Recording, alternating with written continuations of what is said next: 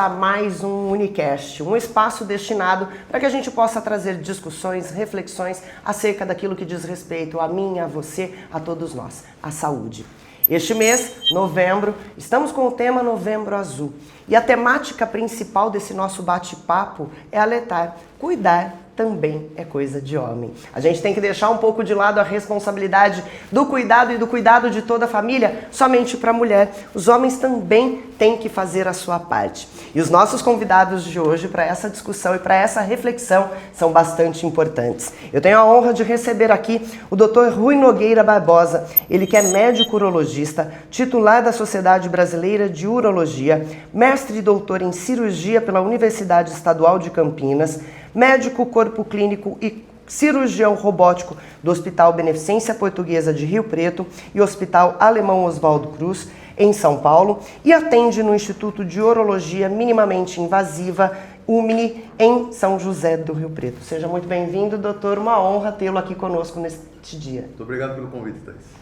Temos também Carmen Fernandes, ela que é psicóloga clínica com abordagem cognitivo-comportamental e terapeuta sexual, atua na área da psicologia da saúde do Hospital de Base e ICA, onde acompanha pacientes e equipes no cuidado integral à saúde masculina. Seu trabalho é voltado para a promoção do bem-estar emocional, o enfrentamento de doenças e a valorização da saúde. Seja muito bem-vinda, Carmen, uma honra tê-la aqui conosco. Obrigada pelo convite. Temos também Tony José Soares, pai, marido e profissional de TI. Tony é apaixonado por futebol e torcedor fiel do Mirassol.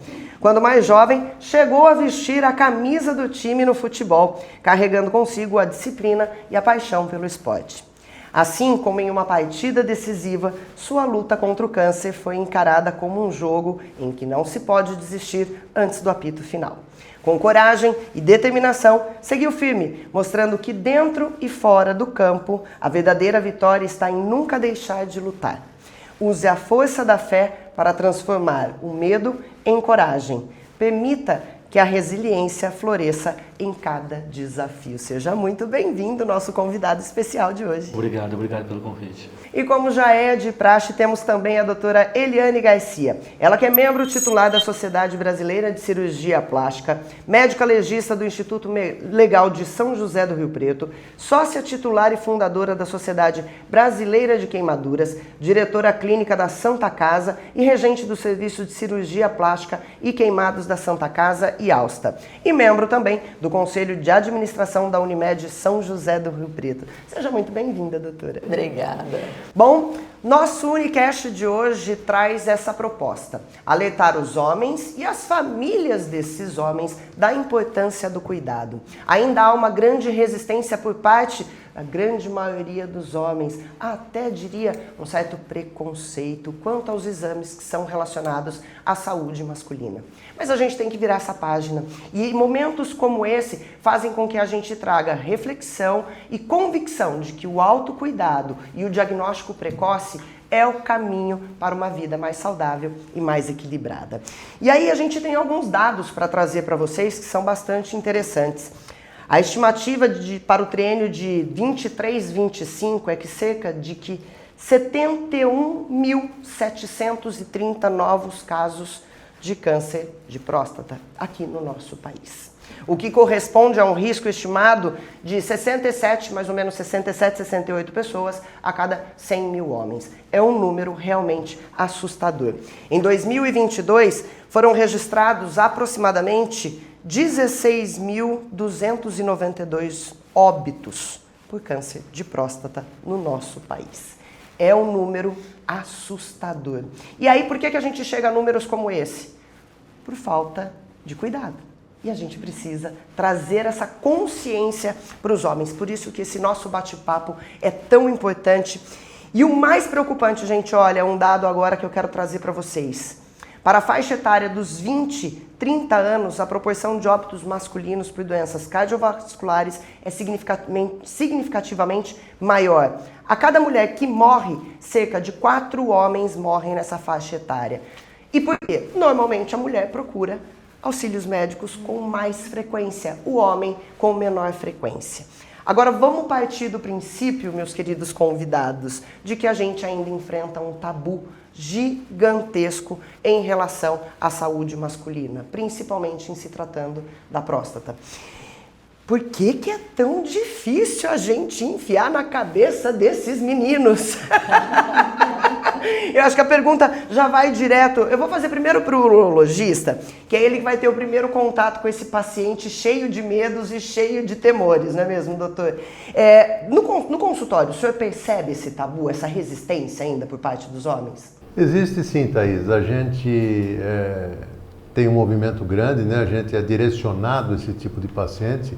Novembro Azul é apenas um mês em que a gente enfatiza a necessidade dessa prevenção do câncer de próstata, mas o homem ele tem na cabeça dele, primeiro, que ele é um super-homem, né? Que ele não vai ter nada, que ele enfrenta a vida e aí ele se descuida da saúde.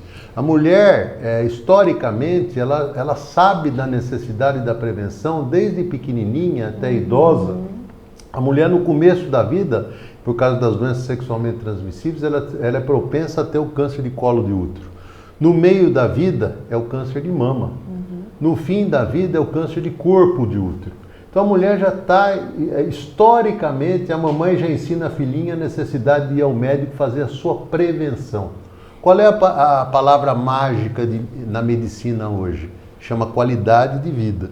É como é que você vai viver o restinho de vida que a gente tem para viver. Eu estou aqui, estou com 6.2, né? Fiz há pouco tempo, mas a gente tem que procurar viver melhor o resto de vida que a gente tem. Então, prevenção, antes a medicina ela era curativa. Você ia no médico quando tinha problema, né? Hoje a medicina é preventiva. Então, as principais patologias são estatísticas, epidemiologia, história da doença. As principais patologias que acometem o homem e a mulher devem ser prevenidas. Novembro Azul, câncer de próstata, é o primeiro tumor que acomete o homem, tirando os tumores de pele não melanoma. O melanoma é um tipo específico, agressivo de tumor de pele. Mas tirando o não melanoma, que é muito comum na nossa região, o espino celular, o baso celular, por causa do sol, né? Mas tirando esses tumores de pele não melanoma. E o câncer de pulmão para quem fuma, né? E o cigarro também influencia em todos os cânceres, a prevenção é fundamental. Eu acho que tem uma coisa no desenvolvimento da infância até a vida adulta, que a mulher ela passa por algumas transformações, né? Vem a menstruação, o crescimento dos seios, que isso tudo, com uma liberdade um pouco maior dentro da família e com a mãe, acaba tendo a procura da médica mais cedo, do médico mais cedo, né? Para poder orientar e ajudar, inclusive na explicação, porque tem muitos pais que não conseguem explicar. E acho que cabe esse ponto porque falar abertamente sobre saúde dentro de casa, eu acho que faz a diferença. Tirar um pouco da venda, né, dos olhos das pessoas de que, não podemos falar que fulano está doente porque vai causar um desconforto. Não. Tá aqui, a gente tem que enfrentar, é mais ou menos como o jogo de futebol, né? Tem que ir até o fim do jogo, até que o apito aconteça. Doutora, dentro do contexto psicológico, o que impede esse homem da busca? Tem alguma coisa, algum BO emocional, algum rompante que ele fala, não, eu não vou, eu não quero? Tem alguma coisa que difere o homem da mulher nesse sentido? Tem a cultura. Então, a cultura onde ele está inserido é que direciona esses jargões para o paciente, né? Então, a mulher é permitido chorar, né? A mulher pode chorar, homem não pode sentir dor, homem não pode chorar, né? O homem não pode ser tocado em algumas determinadas regiões, então tem um monte de senão. E isso prejudica muito ele buscar essa ajuda, mesmo porque eles têm muito medo de encarar um problema. Isso é uma coisa muito forte do homem, medo de encarar o problema. Então ele ele deixa a coisa acontecer, só no último caso é que ele vai buscar ajuda. Mas é uma questão cultural mesmo, que ele aprende que e aí ele aprende que saúde, ele tem uma ligação, a cultura faz uma ligação muito importante com o homem, que é o cuidado e vulnerabilidade associada à fraqueza. Associa, né? vulnerabilidade, cuidado e a fraqueza. Então, quem vai buscar ajuda é fraco. Né? E a gente sabe que não é isso. Quem vai buscar ajuda é forte. Né? Porque cuidar da saúde é pra gente forte. Então acho que a gente tem que começar a adotar uma filosofia anti-Zeca Pagodinho, né? Vamos parar de deixar a vida me levar e vamos tomar rédea da vida, né? Cuidar da vida. Vida leva eu não, né? Não. Vamos seguir o baile conforme a música, mas com cuidado, com parcimônia. Thaís, você sabe uma coisa dentro dessa sua pergunta que é muito interessante? 2 fatores que a gente comenta no nosso consultório do dia a dia. Primeiro, a esposa leva o homem para fazer o seu. Isso é o papel feminino na prevenção do câncer de próstata. O homem vai às vezes meio bravo, meio cara, né? Eu falo assim, não adianta. Quando o senhor sair daqui do consultório, o senhor sai dando risada. Porque lá fora todo mundo sabe o que o senhor veio fazer aqui. Entendeu? Tem que dar risada. Porque todos eles também vão entrar. Então é o papel feminino, a importância do papel feminino na conscientização da prevenção do homem, tá? Isso é muito importante. E outra coisa, o que tem ajudado a diminuir esse homem não procurar o urologista, o seu exame preventivo, é que hoje ele tem amigos, ele tem irmão, tem parente que tem câncer de próstata, né? A gente vai falar mais para frente ali. 1 em cada 8 homens vão ter câncer de próstata, sabe? Esse que vos fala já teve. Eu operei meu câncer de próstata faz 5 anos. Eu vou ajudar o Tony aqui no nosso bate-papo, porque eu fiz minha cirurgia de câncer de próstata faz 5 anos. Num preventivo. Faço preventivo todo ano. Segunda-feira agora eu fiz minha tomografia de tórax, minha tomografia de abdômen, meus exames semana passada, vou no cardiologista semana que vem. A Unimed nos proporciona isso. A Unimed, nós médicos cooperados da Unimed, recebemos um e-mail avisando que está na hora de você fazer o seu preventivo, se você esquecer. Isso é muito importante, porque o homem esquece, né? E, vejam só, no meu preventivo, porque uma vez que a gente vai entrar nesses detalhes, uma vez que você operou, ou você tratou, fez radioterapia, você tem que continuar acompanhando o resto da vida, o tumor pode voltar, tá? Tumor de próstata pode ser localizado, localmente avançado quando ultrapassa a cápsula ou metastático. No tumor localizado, que a gente vai conversar sobre os tratamentos, 30%, apesar do tratamento, pode ter recidiva bioquímica. Recidiva bioquímica é voltar ao tumor. Peguei um paciente no consultório outro dia com 10 anos de prostaté radical que começou a aumentar o PSA. Então, a necessidade de continuar a prevenção. Ilustrando mais uma vez, como a gente fala santo de casa não faz milagre, né? Eu tive um câncer de próstata em 2020. Na minha prevenção, no ultrassom apareceu um cisto complexo, que a gente chama, no meu rim. Tive um câncer de rim em 2023. Faz 2 anos que eu operei. Ontem fui fazer tomografia de controle. Graças a Deus os exames estão todos zerados, tá? Mas a importância da prevenção. Eu sou exemplo vivo disso.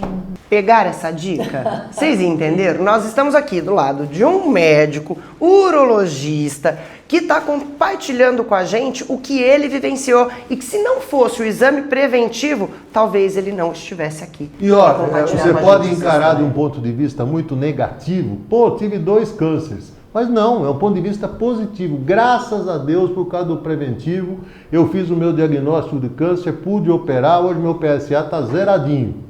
E no preventivo do câncer de próstata, eu achei um tumor de rim, operei e estou curado, estou tratado. É o resto da vida que tem que continuar fazendo a prevenção? Mas é necessário. Mas já seria necessário a prevenção o resto da vida. Não, mas hoje o senhor já é um vencedor, concorda? Venceu 2 cânceres. Ver por esse lado é primordial. Primordial. Né? E você sabe, hoje eu postei, eu gosto muito do Facebook, Instagram, eu sou meio viciadinho nessas coisas. Tempos modernos.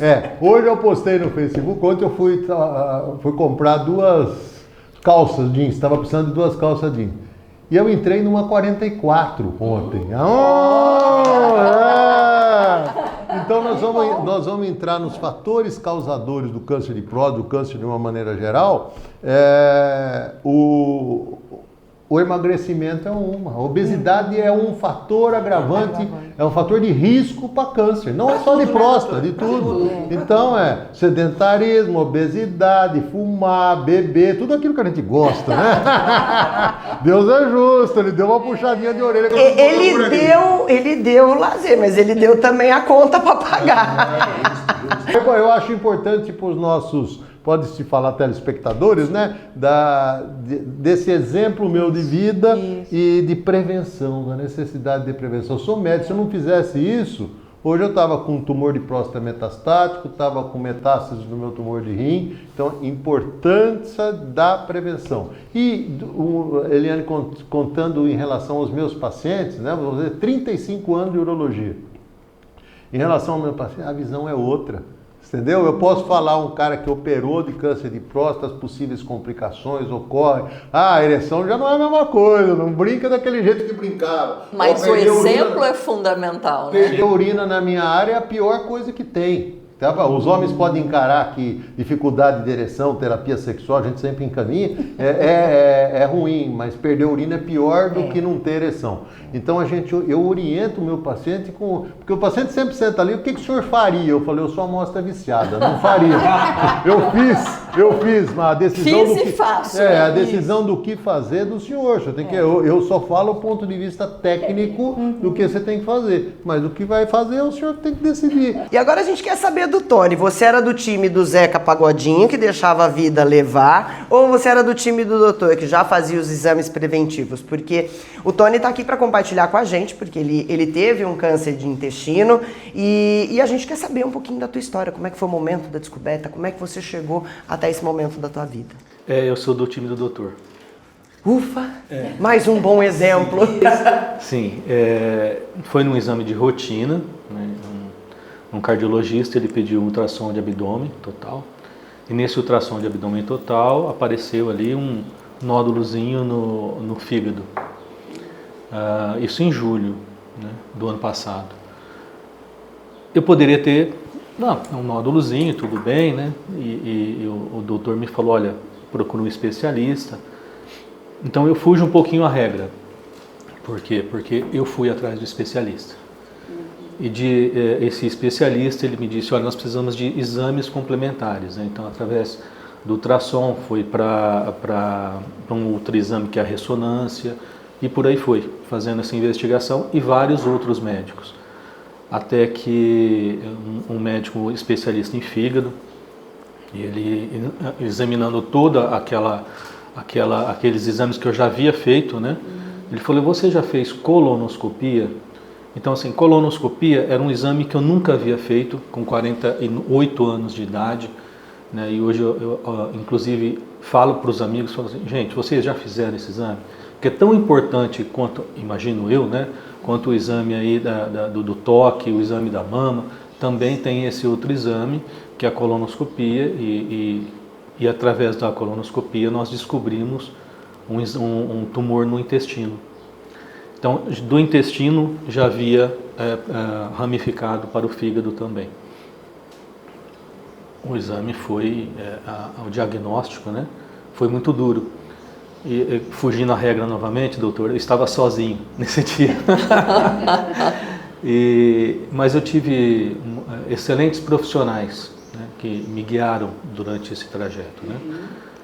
Inclusive, quando o médico me deu o diagnóstico, né, ali, naquele exato momento, eu me senti abduzido, né? Fui retirado do meu convívio, da minha vida social, da minha vida no meu trabalho, de tudo, e colocado em uma outra situação que eu nunca imaginei passar, né? Então você fica realmente como se estivesse num quarto escuro.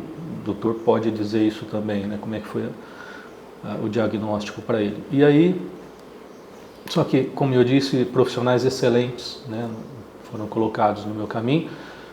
O doutor olhou para mim e disse o seguinte, falou, olha, eu estou te dando um diagnóstico com possibilidade de tratamento. Não é uma sentença de morte. Ali já me deu um respiro, né? Alívio, sim, um certo alívio, sim, né? Um respiro muito grande ali. Então ele falou, olha, você sai daqui, procura um outro médico, que nós vamos fazer essa cirurgia em conjunto. E foi o que foi feito. Eu consegui, com outro médico, um dia, uma data. Essa data foi no dia 17 de dezembro do ano passado. O diagnóstico ele foi feito no dia 11 de novembro do ano passado, ou seja, um ano atrás. Um ano atrás, eu não tinha aí uma perspectiva de vida, né? Pô, como é que vai ser daqui para frente? Estou aqui com vocês. Então, isso eu acho que também é interessante para que as pessoas entendam, né? Que assim, existe aí desde que diagnosticado, né, com antecedência, com brevidade, desde que as pessoas se conscientizem que é necessário, né, tirando a figura masculina, feminina, todos é necessário que façam os exames. Existem aqui em Rio Preto profissionais excelentes em todas as áreas, né, da medicina. E eu sou não sei se fala cooperado, eu sou da Unimed, né? Um usuário da Unimed, né? Sou um usuário da Unimed. E a Unimed proporciona isso para a gente, né? A grande maioria dos profissionais, os médicos aqui de São José do Rio Preto são cooperados, agora sim, né? Cooperados. Sim, cooperados, são cooperados médicos cooperados. Então, assim, tive o diagnóstico, tive o tratamento também foi na Unimed, com o pessoal lá da quimioterapia, fiz amigos lá, inclusive, né? O pessoal da oncologia, fantásticos. Tocou o sininho? Toquei o sininho. Então, assim, eu fiquei ali, né, vendo, para começo de conversa, assim, quando eu tive muito medo, o dia que eu cheguei, eu não queria abrir a porta da quimioterapia. Eu olhava para aquela porta e falei, eu não quero entrar aqui. Quando eu entrei, eu vi que era tudo diferente do que a gente imagina nos filmes, na TV, é muito diferente, né? Eu trabalho em uma empresa que tem, e várias outras empresas falam muito de acolhimento. Ali eu tive o acolhimento humanizado. Me senti parte e pude participar durante todos os 6 meses de quimioterapia, junto com aquela equipe fantástica, né? Fiz amigos ali. O Marco, que também está nessa campanha, né? Está na exposição, uma pessoa fantástica. E sim, toquei o sininho e fiquei maravilhado com isso, principalmente o dia que o dia que o Marco eu ficava sentado fazendo a químio e o Marco do outro lado da sala. Um dia eu cheguei lá, o Marco não estava. Falei, gente, o que aconteceu com o seu Marco? Aí o pessoal falou, ele tocou o sininho. Gente, ali foi muita felicidade, né? Então, Felicidade por ele e caminhar rápido para você tocar o sininho. Trajetória. Exatamente. Não vi a hora de que eu também pudesse estar ali tocando o sininho. Acabei sendo fotógrafo oficial, né? Então todo mundo que ia tocar o sininho, eu tirava foto e tudo mais. Esperando o meu momento chegar. E ele chegou. Coisa boa. Benção. Thaís, deixa eu vou tentando atormentar, eu acho que é para tentar colaborar com o nosso objetivo aqui, né? 3 coisas. Primeira coisa que você falou, você teve um tumor de intestino, tumor de colo. Tumor de intestino aumentou, a gente trata de câncer de próstata, trata de cálculo, trata de infecção urinária, incontinência urinária na mulher. O urologista não cuida só de homem, viu, gente? A gente cuida de todo mundo. Tumor de intestino, de colo aumentou muito no homem e na mulher. É a terceira causa de câncer no homem e na mulher. Em faixa etária menor ainda. E em faixa etária menor. Então, prevenção. O que ele falou, você tem que, depois dos 45 anos, tem que fazer colonoscopia. Ele que teve, cada 2 anos tem que ir lá fazer. Entendeu? A população normal, cada 5. Você tem antecedente, aumenta a tua chance. Então isso é uma coisa que você falou. Segunda coisa que eu gostaria de comentar e é importante, eu estou numa fase mais mística da minha vida, né? Então eu estudo Cabala, eu vou no budismo, então a Cabala fala uma palavra mágica para você, em que você saiu da sua zona de conforto. Tá? A gente pensa, é o super-homem, né? Você pensa que você pode tudo, que você faz tudo, de repente te puxam o tapete. A vida, para quem acredita em Deus, né? Deus te puxa o tapete. Não é assim. freia, vai mais devagar, que é o que a gente sente quando tem o diagnóstico de um câncer. Recalcular a rota. Recalcular a rota, como eu falei, ó. Ajustar o GPS. Adorava, não, ainda como, viu? Adorava uma picanha, um torresminho, beber até dizer chega. Ainda faço isso, só que faço mais moderado. Os remédios me ajudam, eu uso remédio. Eu uso uma endocrinologista pela Unimed que me acompanha. Eu tenho uma personal que toma conta de mim. Minha mulher puxa minha orelha sempre também. Ela dificulta um pouquinho a coisa porque ela fuma, sabe? Eu sou fumador por tabela, né? Então eu tinha todos os fatores de risco para ter tumor. Mas é necessário isso aí. Então a vida prega umas peças na gente, né? E a gente reformula o viver. Então, 2 palavras, da cabala o que você está vivendo, né? E a saída da sua zona de conforto. Do budismo, impermanência. A vida é tudo. Se está bom, vai mudar. Se está ruim, vai mudar. A vida é impermanência, a gente tem que se adaptar a ela. E o que você falou que você vivenciou no seu tratamento, eu vivenciei no meu, apoio psicológico, tá? A gente é muito da família, dos amigos, do médico, porque você tem que ter confiança que você vai vencer a doença. Tá? Pode não vencer, pode, mas aí o tratamento é outro. A gente tem que pegar. Eu brinco para o paciente que tem câncer, a gente tem uma estrada, ela bifurca, trifurca, quadrifurca, você tem que escolher um caminho. Eu gosto muito dos meus pacientes, eu falo Carlos Drummond de Andrade, no meio do caminho tem uma pedra, no meio do caminho. O que você vai fazer com a pedra? Filosoficamente, você pode olhar e falar, não tem pedra nenhuma, dá a volta e ir para trás. Você pode cavocar por baixo, ir por cima, escalar pelo lado, britadeira. Cada uma tem os seus prós, seus contras, suas decisões e suas consequências. Então isso que é muito importante enfatizar, eu acho, dentro do bate-papo dele, né? E complementando, o senhor falou do budismo, yoga e tudo, é encontrar o conforto no desconforto, né? Não é fácil. Não é fácil. A primeira impressão que a gente tem é que puxou o tapete mesmo, você está sem, né? Mas são fases. Tem o diagnóstico, estou com uma metástase. Minha chance de vida é menor. Mas o que eu posso fazer para melhorar a minha qualidade de vida? Palavrinha mágica na medicina hoje. Eu vou fazer o tratamento. Você mexe com TI, você não manja de medicina. Então vou escutar o cara que manja. O que você sugere para mim? Isso.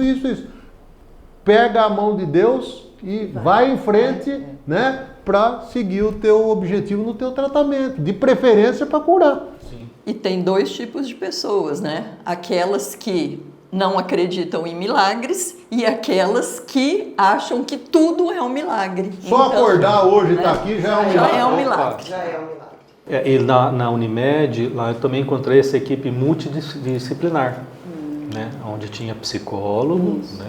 Tinha também a nutricionista que falou exatamente isso. Olha, você come carne, churrasco 3 vezes por semana. Vezes por semana. 3 vezes aqui no todo dia. Falei, meu Deus. Então, assim, tudo isso também foi novo, né? E aí, qual caminho escolher? O caminho que eu escolhi foi o caminho de acreditar, né, na ciência, acreditar em Deus e seguir. Foi o que eu fiz. Deu certo. Tá dando certo, vai continuar dando certo. Deus abençoe. Eu tenho uma analogia para esse momento de discussão que a gente está trazendo aqui, né? A história de puxar o tapete, de se sentir sem o tapete. A gente tem que lembrar que a gente é o melhor amigo do Aladim. Sobe no tapete e vamos voar, né? Muito bem. Tentaram puxar o tapete? Não, eu sou a melhor amiga do Aladim. E a lâmpada mágica, mesmo que não esteja visível, ela aparece. Ela aparece. Acredite. E a Unimed, Thaís, ela está assim, presente para conscientização, que é isso que a gente faz todo dia, está fazendo aqui. E o Dr. Rui lembrou muito bem, esse momento do novembro é só um momento, mas a Unimed está presente o ano inteiro, dando alertas. Para quê? Conscientização.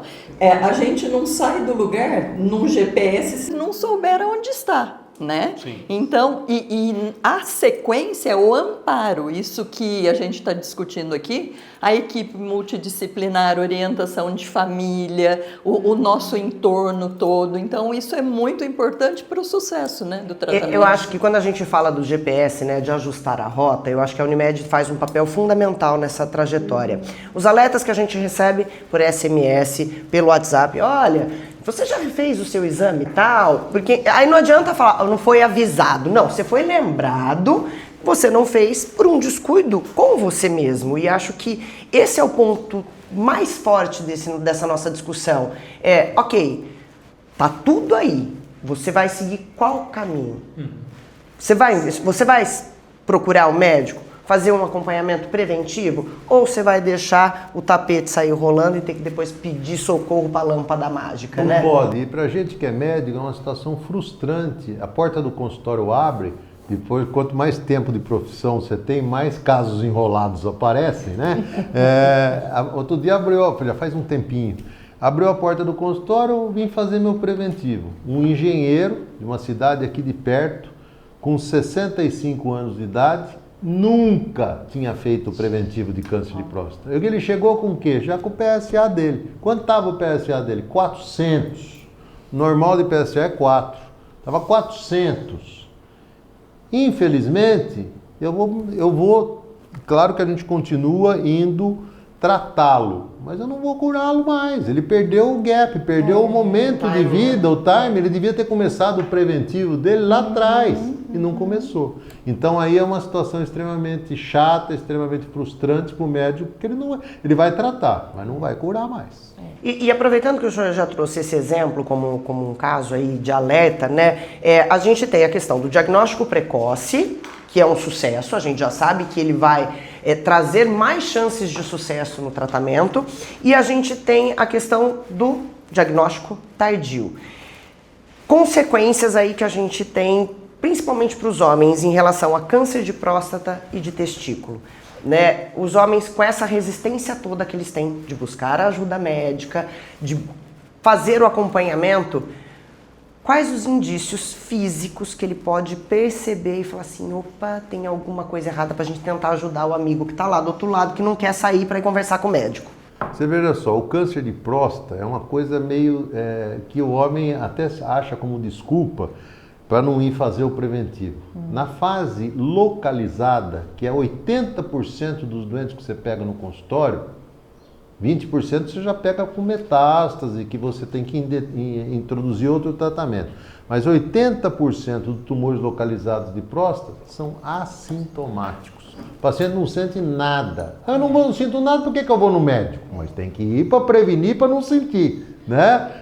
Então tem que botar isso na cabeça. Ou então eles falam assim, por que eu vou fazer cirurgia? Eu não sinto nada. Eu não Isso, nada. você Para que eu vou fazer cirurgia? Você entrar com tratamento, seja cirurgia, seja radioterapia, seja observação. Observação não é um tratamento bom. Tumor localizado, existe essa hipótese, está no livro. O que é observação? É tratar quando der os sintomas, quando o tumor progredir, quando ele obstruir a uretra prostática ou quando ele der metástase, o paciente vir com metástase óssea. O brasileiro não aceita muito. Quer dizer, eu particularmente vejo na minha doença, o que eu falei, eu não vou deixar o tumor crescendo dentro de mim, de jeito nenhum.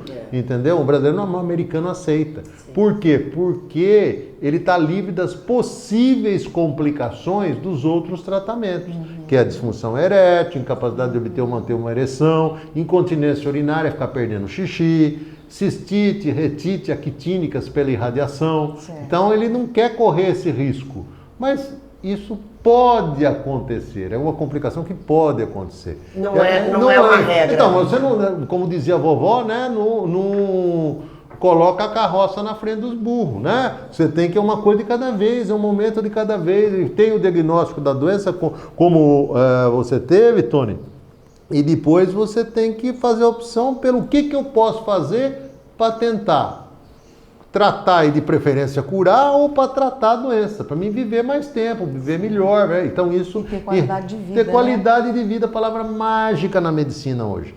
Então, Não diria nem que ela é mágica, doutora, ela virou regra. É a principal palavra. É o livro de cabeceira que tem que estar do teu lado ali todas as noites. O que você quer? Eu quero qualidade de vida. Para ter qualidade de vida, você precisa fazer algumas coisas. E essa palavra qualidade de vida, conforme a gente ganha mais tempo de profissão, ela faz você não ser agressivo com o doente. Tem certos tipos de tratamento que eu não proponho para determinado tipo de paciente. Eu falo para ele, ó, tem as opções disso, disso e disso, mas o senhor que decide o que o senhor quer fazer, sua vida, entendeu? né? Com a sua vida.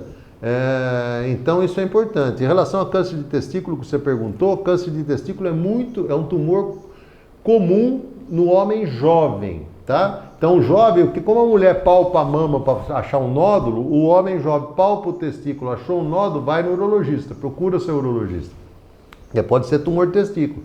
E se você tiver que escolher um tumor para ter, hoje em dia o testículo é um bom tumor para ser escolhido. Porque o testículo responde muito bem à quimioterapia. Existem dois tipos de tumor testicular, seminomatoso e não seminomatoso. Não seminomatoso pode dar gânglios retroperitoneais, tem que fazer uma cirurgia grande, que é a linfadenectomia retroperitoneal. Mas é um tumor que você consegue tratar e curar na maioria dos casos. Antigamente os jovens morriam com tumor de testículo. Então, prevenção. Veja meu caso, que você não abordou aí, mas é uma outra coisa. Tumor de rim. Tumor de rim, sabe como é que chama? Incidentaloma. Incidentalmente, você acha um tumor no ultrassom de rotina. Então, o ultrassom de abdômen tem que ser feito todo ano. O camarada vai lá, não sente nada, eu peço ultrassom de abdômen total. Por quê? Porque acha um nódulo no fígado, acha um nódulo no rim, e aí vai para a sua especialidade tratar. Então, essa necessidade também, prevenção. Você já trouxe alguns exames. Que outros exames seriam fundamentais para buscar aí a qualidade de vida e ter a saúde em ordem? Novembro Azul a gente fala muito câncer de próstata, né? A gente faz as campanhas. Hoje à noite vou dar uma palestra numa entidade, na última semana do mês tem Rotary, tem outra palestra também, para conscientizar a população da necessidade da prevenção. Em relação ao câncer de próstata, o doente vai lá para fazer o seu preventivo. Não sente nada, mas vai fazer o seu preventivo. Eu não vou olhar só a próstata, eu acho que eu falo, como é que estão os seus exames cardiológicos? Tem feito, não tem? Eu já peço um check-up cardiológico, para ele leva para o cardiologista. Eu não vou falar o que ele tem que fazer do ponto de vista cardiológico, mas leva.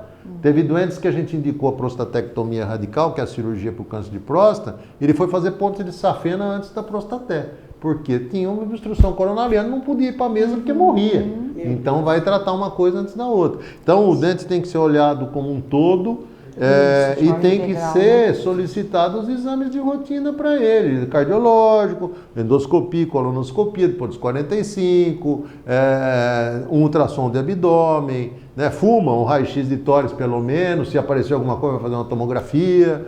Então, no caso do câncer de próstata, os exames básicos, toque e PSA.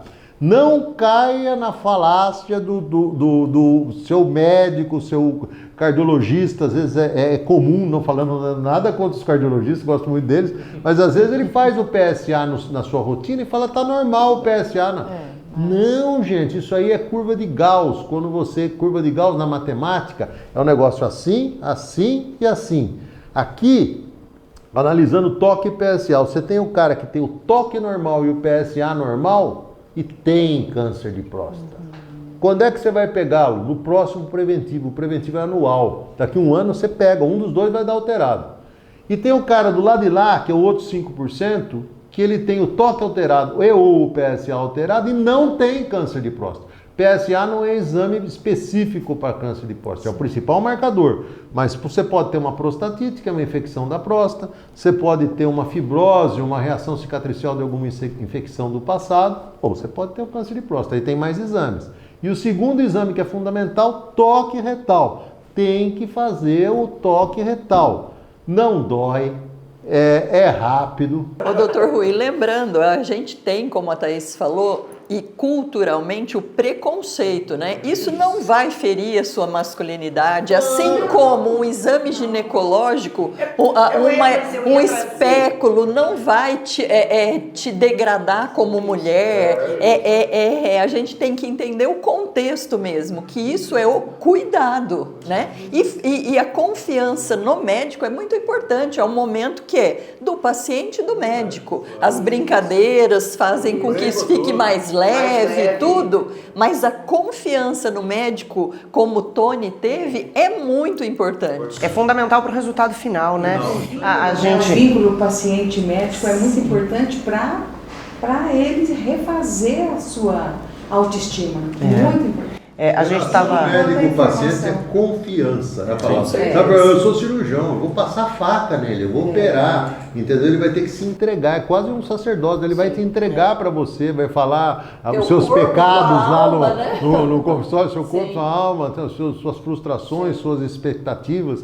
Então é muito, em relação ao médico-paciente, médico-psicólogo, é confiança, você tem que entregar, ué. Nesse momento a gente coloca, deixa o médico me levar. Gostei. E em meio a tantas conversas, né, que a gente vem tendo aqui, ainda me vem à cabeça que boa parte das pessoas tem medo do diagnóstico, né, doutora? Acho que a chancela, olha, é isso, é o que temos agora. Como lidar com esse medo? Como ajudar esses pacientes a atravessarem? E o duro que assim, não é só o medo, é a desinformação, a vergonha de falar sobre o problema e a vergonha de fazer o exame preventivo de toque. Então, isso também é uma barreira para a prevenção, né?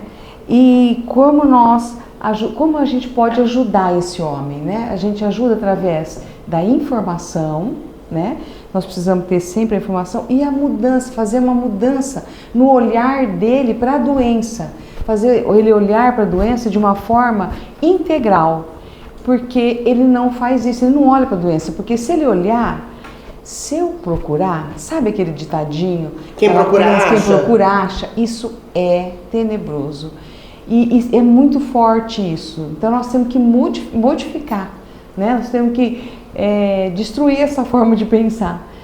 Então ele ele precisa dessa informação para poder ajudá-lo a refazer os conceitos dele, as crenças dele, né? Que deixa ele muito sem buscar ajuda. A crença, ela inibe, ela não deixa. Acaba travando isso, não vai buscar, né? Porque a crença de descobrir que eu tenho um problema, isso é muito difícil para o homem. A mulher lida melhor. Mas aí nós temos que mudar esse conceito com a mudança. E a campanha da próstata vem justamente com esse. Ele vê além da próstata, vê além do tumor prostático.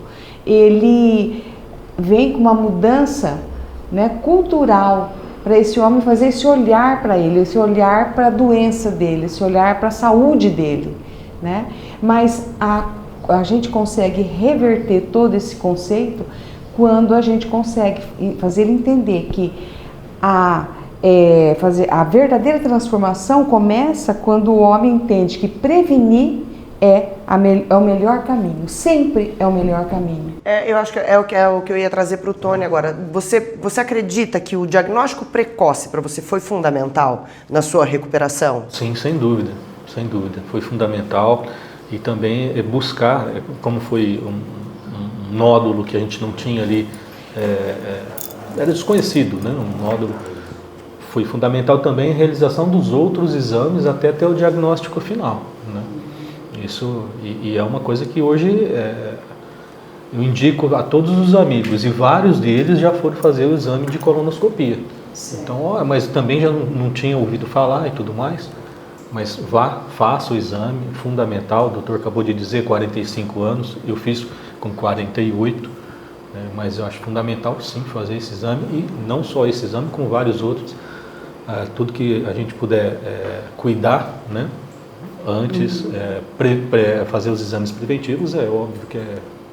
E aí, já pegando a importância, né, dos exames preventivos, doutora Eliane, dentro do escopo da Unimed, vocês já têm aí um olhar atento, um olhar humanizado, um olhar acolhedor para todo e qualquer tipo de paciente, né? Mas vocês também buscam ampliar esse leque de exames e esse cuidado com o paciente. Como é que está isso hoje, principalmente em relação aos exames preventivos? Então, Thaís, na verdade a Unimed ela está à frente do nosso tempo, realmente lidando com dados, né? O Dr. Rui demonstrou aí percentuais, então a Unimed estuda isso na nossa população geral e com essa parte de inteligência artificial, inovações tecnológicas, a gente consegue esse mapeamento e está à frente dessa parte diagnóstica.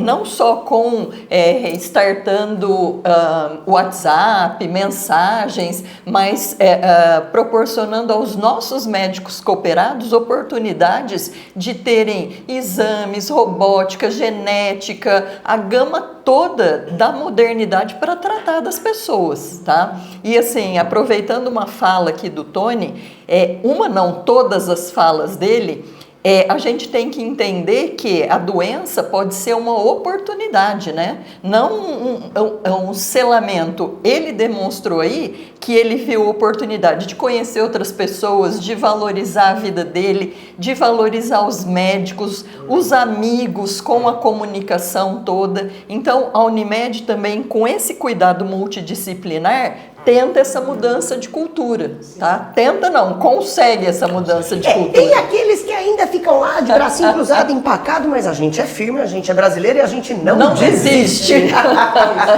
e aproveitando que você já trouxe um pouco da tecnologia, eu acho que a gente, nesses nossos bate-papos aqui no Unicast, a gente vem vendo o quanto a medicina evoluiu, o quanto os tratamentos estão mais assertivos, mais eficazes. O que a gente poderia destacar hoje, doutor, como a mais alta tecnologia no tratamento do câncer? Como o Tony falou, Rio Preto é uma cidade privilegiada em relação à medicina. Uma das coisas, nós estamos numa divisa de 4 estados aqui. E a gente, um dos polos atrativos da cidade é a medicina. Muita gente vem para se tratar aqui. Uhum. Em relação à urologia, em relação a câncer de próstata, a gente tem PSA e TOC. Aí o que tem de avanço? Hoje existem marcadores genéticos, marcadores biomoleculares que ajudam a gente a indicar uma biópsia, ajudam a gente a falar que o paciente tem câncer de próstata. Eu tenho um paciente, eu vou contar só um exemplo para você, tem um paciente que eu fiz 9 biópsias de próstata nele. Por quê? Porque o PSA aumentava, porque tinha alteração de TOC durante um tempo grande. E não chegava ao diagnóstico. Eu não posso propor tratamento se não chega ao diagnóstico. Ali ele falava, tira minha próstata, doutor. Eu falei, mas não é assim. Tem seus prós, seus contras, seus riscos. Então, para me propor o tratamento, tem que ter um diagnóstico preciso. Então, em relação a marcadores, o que tem de tecnologia, marcadores genéticos, biomoleculares, em relação à biópsia prostática, Rio Preto já consegue fazer a biópsia. Antigamente a gente fazia a biópsia transperineal, que era às cegas. Coloca uma agulha no períneo, a próstata fica ali bem. Períneo é aquela região entre o escroto, entre o saco e o ânus. Ali é o períneo. A próstata está bem ali. Então você fazia biópsias às cegas, você fazia o toque, colocava a agulha no centro cirúrgico. Hoje a biópsia é guiada por ultrassom, guiada por tomografia. Você faz por ressonância, você faz a biópsia transperineal, além da transretal, e tem menos risco de infecção. A biópsia pode ser feita com anestesia ou com sedação ou com anestesia. Sedação você dá uma dormidinha, cochiladinha. Com anestesia você sai completamente do ar, né? E você levanta, você não sabe de nada, é tranquilo. Então a biópsia por sedação, por anestesia, a ressonância nuclear magnética pélvica multiparamétrica, é um exame específico da próstata. Ela não dá o diagnóstico de câncer de próstata, mas ela diz como é que está a cápsula prostática, se tem extensão extracapsular, como é que está a vesícula seminal, que são 2 outras doenças. Eu brinco com o meu paciente que vai fazer o preventivo, falei, Deus é justo, ele deu a menstruação, a menopausa e a gravidez para a mulher. Tá certo que elas entregaram aquela frutinha lá no livro do Gutenberg, está escrito que elas nos entregaram a maçã, né? Mas Deus é justo, tinha que dar alguma coisa para o homem, deu a próstata para a gente se divertir. Então, a ressonância tem uma visão geral da próstata, regiões vizinhas, e a ressonância dá uma classificação que se chama PIRADS. PIRADS é aquela imagem daquela região que tem um nódulo, vai de 1 a 5. O 1 você tem 10% de chance daquela imagem ser câncer de próstata, o 5 você tem 100%. A medicina não é matemática, 100% pode não ser o câncer de próstata. A probabilidade é pequenininha, mas pode não ser. O diagnóstico é biópsia, tem que fazer biópsia, tá? E então a ressonância nuclear magnética pélvica multiparamétrica. Em relação à cirurgia laparoscópica, que é minimamente invasiva, cirurgia robótica. O robô é uma maravilha. Eu lembro quando eu tive contato com o robô pela primeira vez, que nem nos Estados Unidos tem uma loja que se chama Toy R Us, que é brinquedo para nós. Né? A criança entra ali, ela não sabe em que corredor que ela vai, né? Se vai para a direita, para a esquerda, não sabe onde é que ela é. Que nem um cirurgião que toma conhecimento da tecnologia robótica. A gente opera assim, sentado, uma maravilha. Tá à vontade de fazer xixi, você para, vai tomar água, quer tomar um suco, quer relaxar, você para. Não é o robô que opera, é o cirurgião. Você para, ele para de operar, aí você volta. Os seus auxiliares, que também são cirurgiões, estão no paciente ali. O robô opera igual a laparoscopia, buraquinhos, que são os portais por onde entram os trocáteres, igual a laparoscopia, e dentro dessa trocáter entram pinças, porta-agulha, tesoura, para poder fazer a cirurgia. A imagem é muito magnificada, aumentada. Você está operando em 5 centímetros, você vê uma imagem desse tamanho na tua tela na frente. Você consegue com isso dissecar melhor as estruturas, preservar. Em relação à próstata, os nervos da ereção passam embaixo da próstata, entre a próstata e o reto. Você consegue preservar os nervos, melhorar a continência. Então o robô é uma maravilha, que a gente passou a ter contato com ele. Rio Preto, graças a Deus, tem robô. Nós fomos para os Estados Unidos, nos certificamos, trouxemos o robô para a Beneficência Portuguesa, que inicialmente ela fez em consignação o robô custa 2,5 milhões de dólares. Cada pinça tem 25 vidas úteis, depois ela trava, não pode ser usada, é nova pinça, então tem um custo grande. Então a Beneficência trouxe inicialmente em consignação, depois comprou o robô. O Hospital de Base comprou o robô. Então tem um robô tanto para os convênios, como existe um robô pelo SUS, como existe no Hospital do Amor, em Barretos, aqui pertinho. Foi o primeiro robô da região. Então, existe essa tecnologia, esse acesso à tecnologia para o paciente. Cirurgia robótica não tem no rol da ANS ainda. Então, não tem como o convênio codificar ou autorizar a cirurgia robótica. Mas a Unimed aqui em Rio Preto, ela paga a cirurgia laparoscópica para o paciente. É uma grande benesse que ela deu. O paciente vai fazer robótica, ele acerta a parte robótica com o hospital e faz a cirurgia laparoscópica. A gente tem só a agradecer a Unimed nesse impulso da cirurgia robótica. A radioterapia. Hoje a radioterapia, ela antigamente você via aquelas pacientes na rua com um xizinho, com marcação de radioterapia, ela era extensa. Hoje a radioterapia é conformacional, é fração modulada. Você consegue com tomografia e ressonância junto ali, diminuir a irradiação que é localizada para aquele órgão-alvo. Tá? Então diminui os efeitos colaterais. Ainda podem existir, mas diminui os efeitos colaterais. Então esses são os principais avanços em relação à próstata, em relação à urologia. Eu acho que esses avanços deixam a gente um pouco mais confortáveis, né? De saber que se você tiver qualquer intercorrência, a medicina, a tecnologia, a inteligência artificial, a robótica, tá aí para que a gente tenha resultados muito mais confiáveis. E aí eu vou já jogar para você, Tony, porque você teve contato com alguma tecnologia muito diferente assim durante o seu tratamento? Como é que foi? Isso para mim foi tudo inovação. Assim que eu entrei na sala, já conhecendo os equipamentos, então tudo para mim foi novo. Né? E para melhor, porque assim, o que eu tinha, como eu disse, era uma ideia de filmes e séries, né? Então você chega lá, você já tem medo de entrar na sala, mas quando eu entrei na sala eu vi que era uma coisa diferente, né? Então, mas diferente para melhor, né? E a sala muito bem cuidada, os equipamentos muito bem cuidados, mas eu não tenho a experiência anterior de saber, muito menos o conhecimento do doutor de todas essas tecnologias que estão à disposição aí para a comunidade. Ô, Tony, uma das coisas assim que é um pilar estratégico desse Conselho de Administração da Unimed é a palavra inovação. É um dos nossos pilares. A gente, como o Dr. Rui descreveu, está avante mesmo. A gente procura, em determinados casos, estudar caso a caso as necessidades e disponibilizar o que tem realmente de mais moderno e ideal para o tratamento dos nossos pacientes. Tá aí, só para você ter uma ideia, eu fui há 2, 3 anos atrás, a gente vai sempre no Congresso Americano de Urologia, que cada ano é numa cidade, tem os próximos 10 anos, já está marcado onde é que vai ser, e para você ter uma ideia, 15 mil urologistas do mundo vão lá, é o principal congresso, só em cidades grandes, que tem centro de convenções grandes, tudo. E eu aproveitei, tem o genro de um médico daqui de Rio Preto, que é um italiano, ele estava trabalhando lá numa das faculdades lá em Chicago.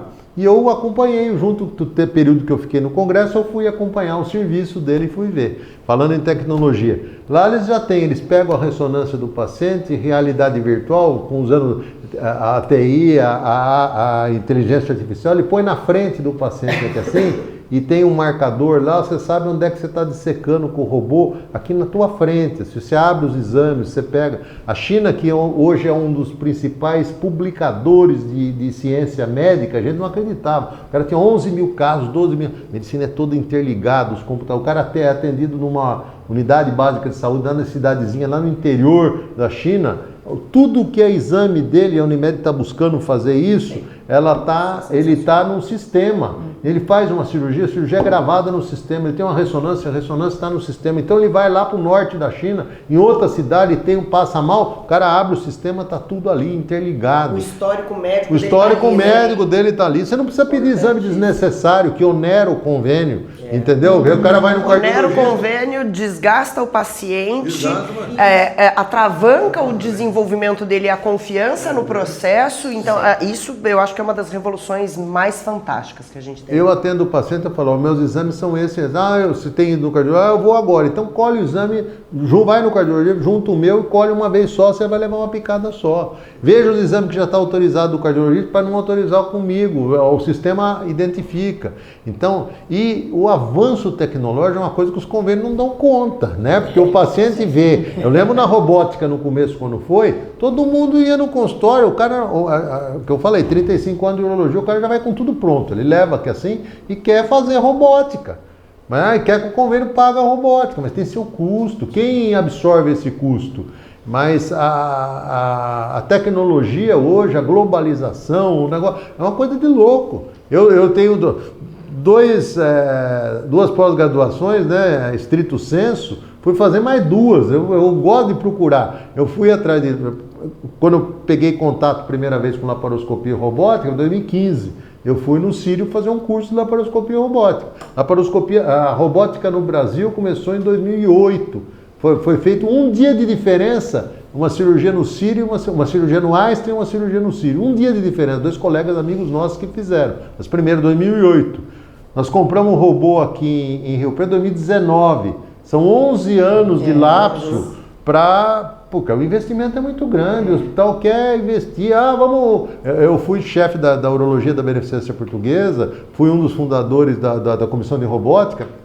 Você tem que convencer o investidor que vale a pena. E cirurgia robótica é uma coisa cara. Cirurgia robótica para o hospital não dá dinheiro. Cirurgia robótica agrega valor. Quer dizer, vem outros caras no hospital procurar por causa da cirurgia robótica.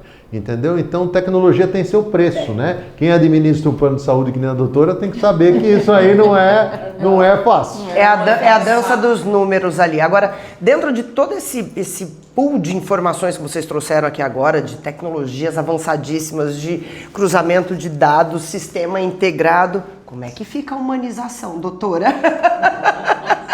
Como equilibrar toda essa questão tecnológica? A humanização depende do meio. Né? Depende da forma que você se conecta com a pessoa, né? Então isso é bom, mas a tecnologia vem ajudando muito a saúde, mas não substitui o vínculo afetivo, o vínculo humano, né? Ele não substitui. Então a emoção, a questão emocional, o suporte emocional com o suporte digital. Tem que caminhar junto, né? Então, por exemplo, eu estou numa tela de computador, eu consigo acolher o paciente, eu consigo ter uma escuta ativa, sem problema algum. Então, não importa o meio. A tecnologia vem inclusive para facilitar, né? Porque às vezes por conta de uma intercorrência que a pessoa não possa se locomover, não ir até o espaço de atendimento, a tecnologia aí consegue conectar. A medicina, nós estamos cada vez mais desenvolvendo no hospital, a telemedicina está cada vez mais, está muito legal.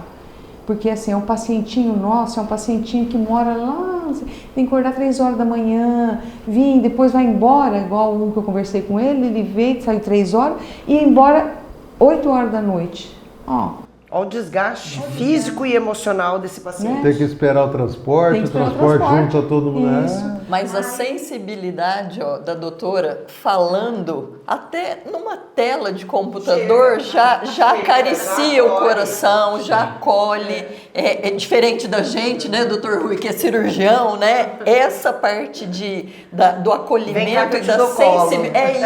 É isso. Vem cá que eu te dou colo. E aproveitando essa história do vem cá que eu te dou colo, né? A mulher tem uma propensão maior a buscar a ajuda emocional, né? Por que o homem é tão resistente ainda a uma terapia? Né? Aqui, ele já fez assim, Foi buscar terapia, Tony? Ufa! Como é que a gente ajuda esses homens? Gente, saúde emocional é igual saúde física, tem que cuidar, não é, doutor? A gente não é nada separado, é corpo, alma, mente. Saúde não é ausência de doença. A gente tem que entender isso, né? O doutor falou de hábitos, a doutora falou da parte psicológica, Tony falou da parte buscar Deus, buscar acreditar realmente. Então, essa mudança cultural, acho que é o que a gente está fazendo aqui, né? Isso.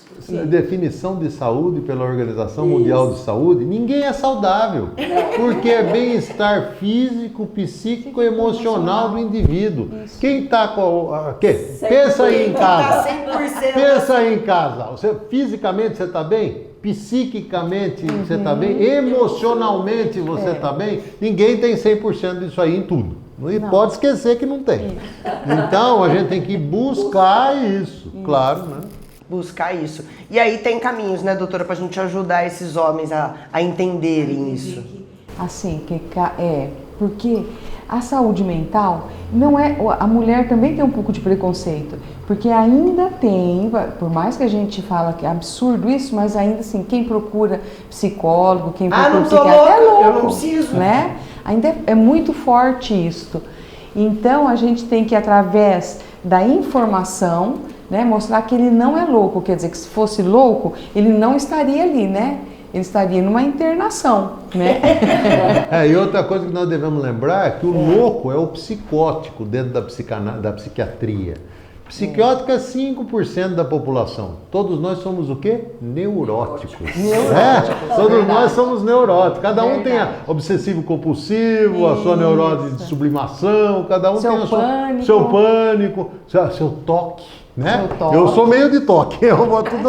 Mas faz parte da sobrevivência tudo isso também, né? Se a gente fosse zen total, a gente não sobreviveria, né? Não, a gente já tá num mundinho muito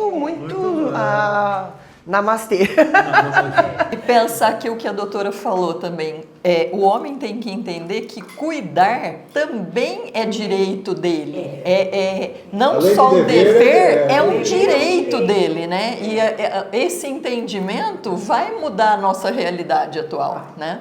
E vocês falaram de uma coisa aqui que eu vou falar para vocês, nosso ouvinte aí. Se você tiver a oportunidade de fazer psicanálise, faça. Tá? Porque a análise é um negócio muito importante. Eu faço psicanálise já há um tempinho, com esses pequenos probleminhas que a gente teve na vida, a gente faz, sabe? Mas é muito importante. Infelizmente é caro, não é uma coisa de acesso para todo mundo. Aqui em Rio Preto, as faculdades têm psicanálise em conjunto, em que fazem sessões, não sei lá na FAMEP se a psicologia tem.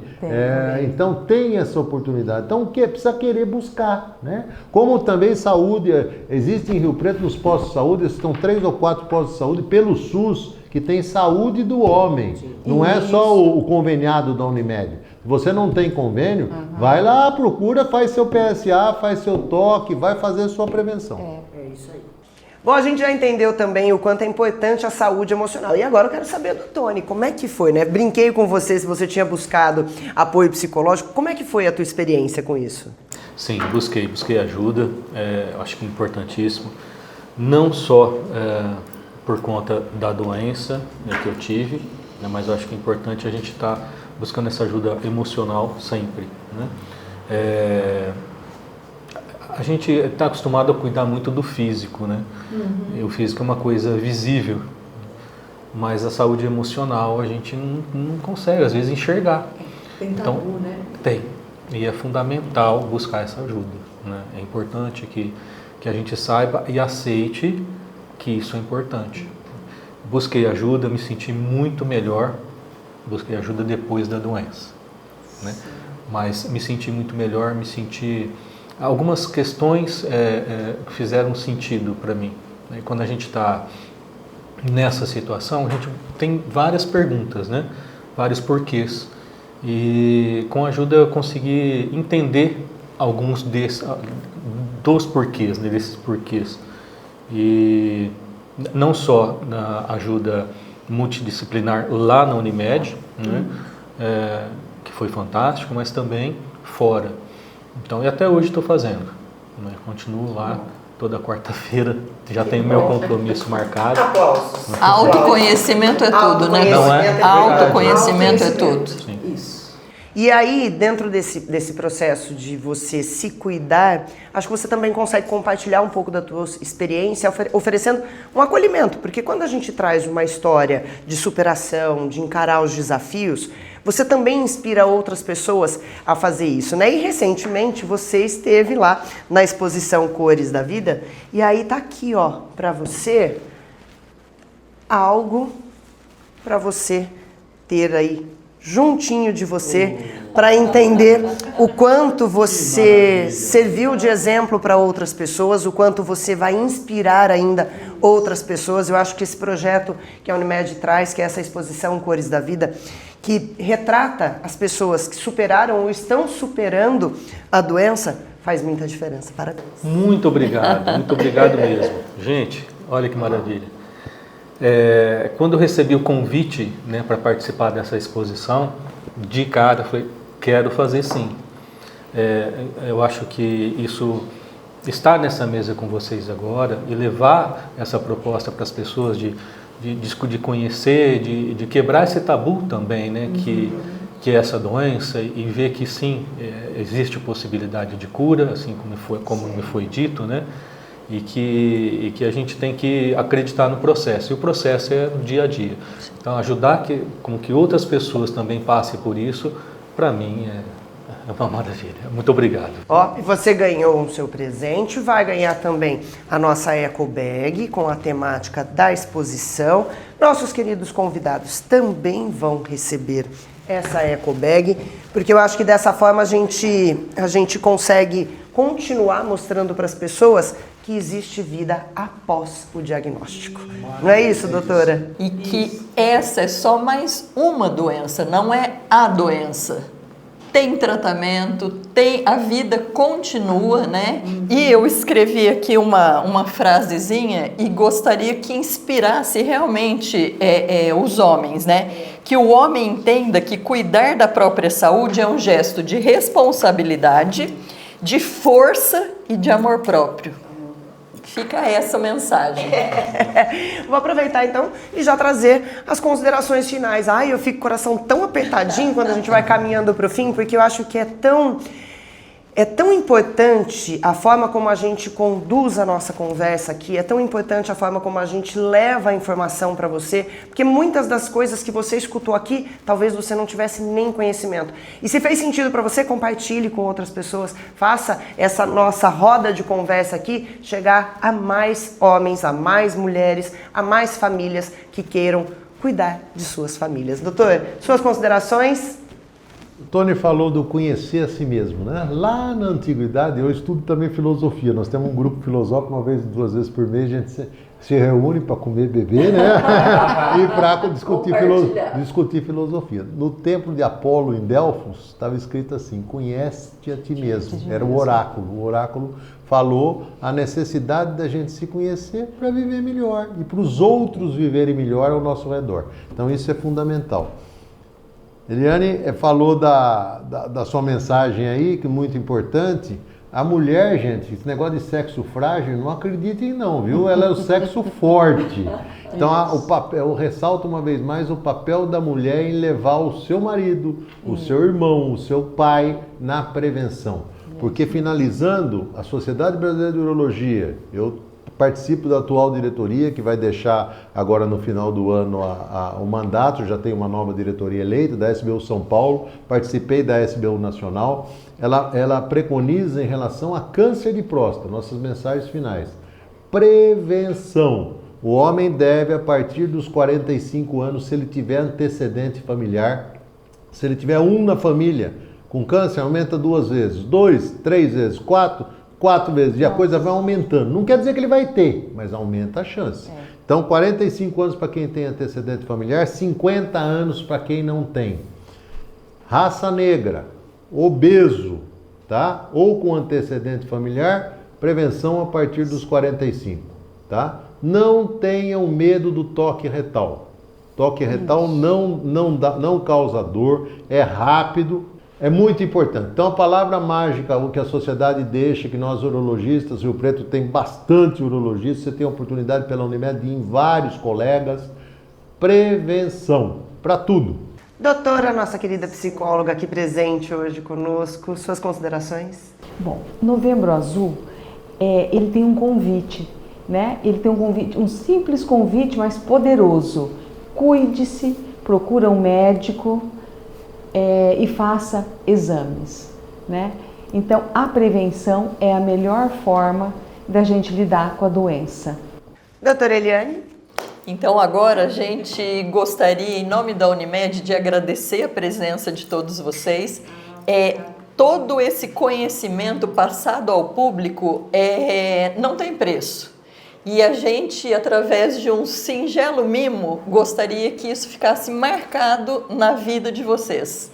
Então, aqui a Unimed deixa um mimo, doutora. Obrigada. Doutor Rui, que está com a gente o tempo todo, nos apoiando.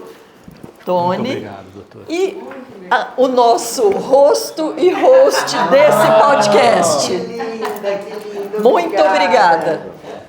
Eu acho que a Unimed tem um carinho muito particular em cuidar das pessoas.